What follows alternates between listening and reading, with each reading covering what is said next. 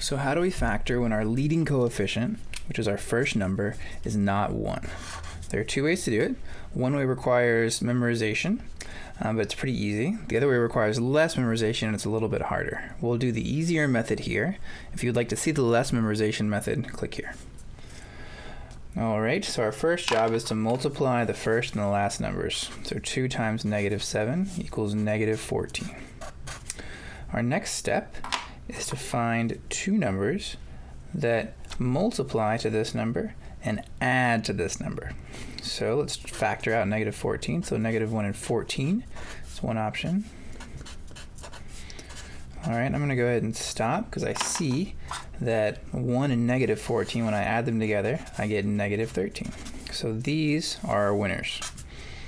Our next step, we are going to rewrite this. We're going to write it as just x and x. All right, and we're going to write x plus 1 and x minus 14. All right, for our next step, we take our leading coefficient, and divide each of these numbers by the leading coefficient.